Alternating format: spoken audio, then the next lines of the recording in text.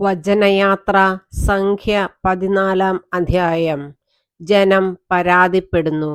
രാത്രി മുഴുവൻ ജനം ഉറക്കെ നിലവിളിച്ചു.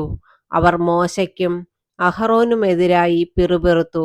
അവർ പറഞ്ഞു, ഈജിപ്തിൽ വച്ച് ഞങ്ങൾ മരിച്ചിരുന്നെങ്കിൽ, ഈ മരുഭൂമിയിൽ വച്ച് ഞങ്ങൾ മരിച്ചെങ്കിൽ.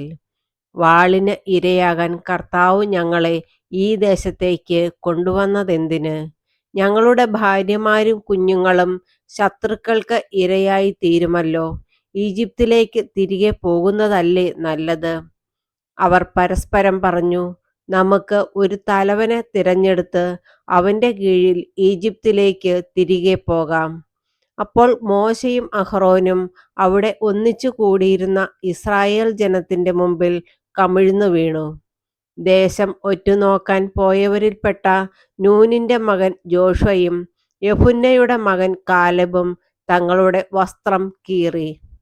അവർ ഇസ്രായേൽ സമൂഹത്തോട് പറഞ്ഞു, ഞങ്ങൾ ഒറ്റുനോക്കാൻ പോയ ദേശം അതിവിശിഷ്ടമാണ്. കർത്താവ് നമ്മിൽ സംപ്രീതനാണെങ്കിൽ അവിടുന്ന് നമ്മെ അങ്ങോട്ട് നയിക്കുകയും തേനും പാലും ഒഴുകുന്ന ആ ദേശം നമുക്ക് തരുകയും ചെയ്യും. നിങ്ങൾ കർത്താവിനോട് മറുതലിക്കരുത്. ആ ദേശത്തെ ജനങ്ങളെ ഭയപ്പെടുകയുമരുത്. അവർ നമുക്ക് ഇരയാണ്. ഇനി അവർക്ക് രക്ഷയില്ല. കർത്താവ് നമ്മോട് കൂടെയാണ്. അവരെ ഭയപ്പെടേണ്ടതില്ല. എന്നാൽ ജോഷുവയെയും കാലെബിനെയും കല്ലെറിയണമെന്ന് സമൂഹം ഒറ്റ സ്വരത്തിൽ പറഞ്ഞു. അപ്പോൾ സമാഗമ കൂടാരത്തിൽ കർത്താവിന്റെ മഹത്വം ഇസ്രായേലിന് പ്രത്യക്ഷമായി. മോശയുടെ മധ്യസ്ഥം. കർത്താവ് മോശയോട് അരുളിച്ചെയ്തു, ഈ ജനം എത്രത്തോളം എന്നെ പ്രകോപിപ്പിക്കും? അവരുടെ മധ്യേ ഞാൻ പ്രവർത്തിച്ചിട്ടുള്ള അടയാളങ്ങൾ കണ്ടിട്ടും എത്രനാൾ എന്നെ അവർ വിശ്വസിക്കാതിരിക്കും? ഞാൻ അവരെ മഹാമാരി കൊണ്ട് പ്രഹരിച്ച് നിർമൂലനം ചെയ്യും. എന്നാൽ അവരെക്കാൾ വലുതും ശക്തവുമായ ഒരു ജനതയെ നിന്നിൽ നിന്ന് പുറപ്പെടുവിക്കും. മോശ കർത്താവിനോട് പറഞ്ഞു, ഈജിപ്തുകാർ ഇതേപ്പറ്റി കേൾക്കും. അവിടുത്തെ ശക്തമായ കരമാണല്ലോ ഈ ജനത്തെ അവരുടെ ഇടയിൽ നിന്ന് കൊണ്ടുപോന്നത്. ഈ ദേശത്ത് വസിക്കുന്നവരോടും അവർ ഇക്കാര്യം പറയും. കർത്താവേ, അങ്ങ് ഈ ജനത്തിന്റെ മധ്യേ ഉണ്ടെന്ന് അവർ കേട്ടിട്ടുണ്ട്. കാരണം ഈ ജനം അങ്ങയെ അഭിമുഖം കാണുന്നു. അവിടുത്തെ മേഘം ഇവരുടെ മുകളിൽ എപ്പോഴും നിൽക്കുന്നു. പകൽ മേഘസ്തംഭവും രാത്രിയിൽ അഗ്നിസ്തംഭവും കൊണ്ട് അവിടുന്ന് ഇവർക്ക് വഴി കാട്ടുന്നു. അതിനാൽ ഒരൊറ്റയാളെ എന്ന പോലെ അങ്ങ് ഈ ജനത്തെ സംഹരിച്ചു കളഞ്ഞാൽ അങ്ങയുടെ പ്രശസ്തി കേട്ടിട്ടുള്ള ജനതകൾ പറയും, അവർക്ക് കൊടുക്കാമെന്ന് സത്യം ചെയ്ത ദേശത്ത് അവരെ എത്തിക്കാൻ കർത്താവിന് കഴിവില്ലാത്തതുകൊണ്ട് മരുഭൂമിയിൽ വച്ച് അവൻ അവരെ കൊന്നുകളഞ്ഞു. കർത്താവെ, അങ്ങ് അരുളി ചെയ്തിട്ടുള്ളതുപോലെ അങ്ങയുടെ ശക്തി വലുതാണെന്ന് പ്രകടമാക്കണമേ എന്ന് ഞാൻ പ്രാർത്ഥിക്കുന്നു. കർത്താവ് ക്ഷമാശീലനും അചഞ്ചല സ്നേഹം കവിഞ്ഞൊഴുകുന്നവനുമാണ്. അവിടുന്ന് അകൃത്യവും അപരാധങ്ങളും ക്ഷമിക്കുന്നവനുമാണ്. എന്നാൽ കുറ്റക്കാരനെ വെറുതെ വിടാതെ പിതാക്കന്മാരുടെ അകൃത്യങ്ങൾക്ക് മക്കളെ 3ഉം 4ഉം തലമുറ വരെ ശിക്ഷിക്കുന്നവനുമാണെന്ന് അങ്ങ് അരുളി ചെയ്തിട്ടുണ്ടല്ലോ. അങ്ങയുടെ കാരുണ്യാതിരേകത്തിന് യോജിച്ച വിധം ഈജിപ്ത് മുതൽ ഇവിടം വരെ ഈ ജനത്തോട് ക്ഷമിച്ചതുപോലെ ഇപ്പോഴും ഇവരുടെ അപരാധം പൊറുക്കണമെന്ന് അങ്ങയോട് ഞാൻ യാചിക്കുന്നു. അപ്പോൾ കർത്താവ് അരുളിച്ചെയ്തു, നിന്റെ അപേക്ഷ സ്വീകരിച്ച് ഞാൻ ക്ഷമിച്ചിരിക്കുന്നു. എന്നാൽ ഞാനാണേ, ഭൂമി നിറഞ്ഞിരിക്കുന്ന എൻ്റെ മഹത്വമാണേ, കർത്താവായ ഞാൻ പറയുന്നു, എൻ്റെ മഹത്വവും ഈജിപ്തിലും മരുഭൂമിയിലും വെച്ച് ഞാൻ ചെയ്ത അടയാളങ്ങളും കണ്ടിട്ടും എന്നെ 10 പ്രാവശ്യം പരീക്ഷിക്കുകയും എൻ്റെ സ്വരം അവഗണിക്കുകയും ചെയ്ത ഈ ജനത്തിൽ ആരും അവരുടെ പിതാക്കന്മാർക്ക് ഞാൻ വാഗ്ദാനം ചെയ്ത ദേശം കാണുകയില്ല. എന്നെ നിന്ദിച്ചവരാരും അത് കാണുകയില്ല. എന്നാൽ എൻ്റെ ദാസനായ കാലെബിനെ അവൻ ഒറ്റുനോക്കിയ ദേശത്തേക്ക് ഞാൻ കൊണ്ടുപോകും. അവൻ്റെ സന്തതികൾ അത് കൈവശമാക്കും. എന്തെന്നാൽ അവനെ നയിച്ച ചൈതന്യം വ്യത്യസ്തമാണ്. അവൻ എന്നെ പൂർണ്ണമായി അനുഗമിക്കുകയും ചെയ്തു.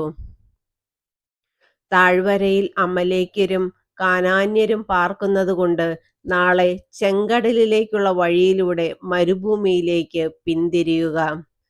കർത്താവ് മോശയോടും അഹറോനോടും അരുളിച്ചെയ്തു, വഴിപിഴച്ച ഈ സമൂഹം എത്ര നാൾ എനിക്കെതിരെ പിറുപിറുക്കും? എനിക്കെതിരെ ഇസ്രായേൽ ജനം പിറുപിറുക്കുന്നത് ഞാൻ കേട്ടിരിക്കുന്നു. അവരോട് പറയുക, ജീവിക്കുന്നവനായ ഞാൻ ശപഥം ചെയ്യുന്നു, ഞാൻ കേൾക്കെ നിങ്ങൾ പിറുപിറുത്തതുപോലെ ഞാൻ നിങ്ങളോട് ചെയ്യും. നിങ്ങളുടെ ശവങ്ങൾ ഈ മരുഭൂമിയിൽ വീഴും. നിങ്ങളിൽ 20 അതിലേറെയും വയസ്സുള്ളവരിൽ എനിക്കെതിരായി പിറുപിറുത്ത ഒരാൾ പോലും നിങ്ങളെ പാർപ്പിക്കാമെന്ന് ഞാൻ വാഗ്ദാനം ചെയ്ത ദേശത്ത് പ്രവേശിക്കുകയില്ല. യെഫുന്നയുടെ മകൻ കാലേബും നൂനിന്റെ മകൻ ജോഷുവയും മാത്രം അവിടെ പ്രവേശിക്കും. എന്നാൽ ശത്രുക്കൾക്ക് ഇരയാകുമെന്ന് നിങ്ങൾ ഭയപ്പെട്ട നിങ്ങളുടെ മക്കളെ ഞാൻ അവിടെ പ്രവേശിപ്പിക്കും. നിങ്ങൾ തിരസ്കരിച്ച ആ ദേശം അവർ അനുഭവിക്കും. നിങ്ങളുടെ ശവങ്ങൾ ഈ മരുഭൂമിയിൽ വീഴും. നിങ്ങളിൽ അവസാനത്തെ ആൾ ഈ മരുഭൂമിയിൽ വീഴുന്നതുവരെ നിങ്ങളുടെ അവിശ്വസ്തതയ്ക്ക് പ്രായശ്ചിത്തം ചെയ്തുകൊണ്ട് നിങ്ങളുടെ മക്കൾ 40 വർഷം ഈ മരുഭൂമിയിൽ നാടോടികളായി അലഞ്ഞുതിരിയും. 40 ദിവസം നിങ്ങൾ ആ ദേശം രഹസ്യ നിരീക്ഷണം നടത്തി. ഒരു ദിവസത്തിന് 1 വർഷം വീതം 40 വർഷത്തേക്ക് നിങ്ങളുടെ അകൃത്യത്തിന് നിങ്ങൾ പ്രായശ്ചിത്തം ചെയ്യണം. എന്നോട് കാട്ടിയ അവിശ്വസ്തതയുടെ രൂക്ഷത അങ്ങനെ നിങ്ങൾ അറിയും. കർത്താവായ ഞാനാണ് പറയുന്നത്. എനിക്കെതിരെ ഒത്തുചേർന്ന ദുഷ്ടന്മാരുടെ ഈ കൂട്ടത്തോട് തീർച്ചയായും ഞാൻ ഇത് ചെയ്യും. അവരിൽ അവസാനത്തെ മനുഷ്യൻ വരെ ഈ മരുഭൂമിയിൽ മരിച്ചു വീഴും. ദേശം ഒറ്റുനോക്കാൻ മോശ അയക്കുകയും മടങ്ങിവന്ന് തെറ്റായ വാർത്ത പ്രചരിപ്പിച്ച് മോശയ്ക്കെതിരെ ജനം മുഴുവൻ പിറുപിറുക്കാൻ ഇടയാക്കുകയും ചെയ്തവർ മഹാമാരി ബാധിച്ച് കർത്താവിന്റെ മുമ്പിൽ മരിച്ചു വീണു. ഒറ്റുനോക്കാൻ പോയവരിൽ നൂനിന്റെ മകനായ ജോഷുവയും യെഫുന്നയുടെ മകൻ കാലേബും മരിച്ചില്ല.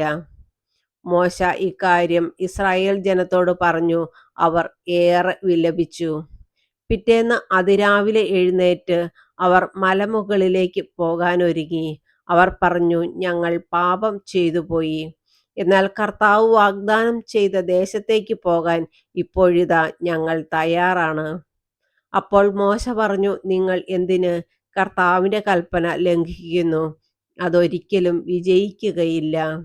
ശത്രുക്കളുടെ മുമ്പിൽ തോൽക്കാതിരിക്കാൻ നിങ്ങളിപ്പോൾ മുകളിലേക്ക് കയറരുത്. എന്തെന്നാൽ കർത്താവ് നിങ്ങളുടെ കൂടെ ഇല്ല. അമലേക്യരും കാനാന്യരും നിങ്ങൾക്കെതിരെ നിൽക്കും. നിങ്ങൾ അവരുടെ വാളിനിരയാകും. കർത്താവിന് പുറംതിരിഞ്ഞിരിക്കുന്നതിനാൽ അവിടുന്ന് നിങ്ങളോടുകൂടെ ഉണ്ടായിരിക്കുകയില്ല. കർത്താവിന്റെ വാഗ്ദാന പേടകമോ മോശയോ പാളയത്തിൽ നിന്ന് ഇറങ്ങിച്ചെല്ലാതിരുന്നിട്ടും അവർ ധിക്കാരപൂർവം മലയിലേക്ക് കയറി. മലയിൽ പാർത്തിരുന്ന അമലേക്യരും കാനാന്യരും ഇറങ്ങിവന്ന് അവരെ ഹോർമ വരെ തോൽപ്പിച്ചോടിച്ചു.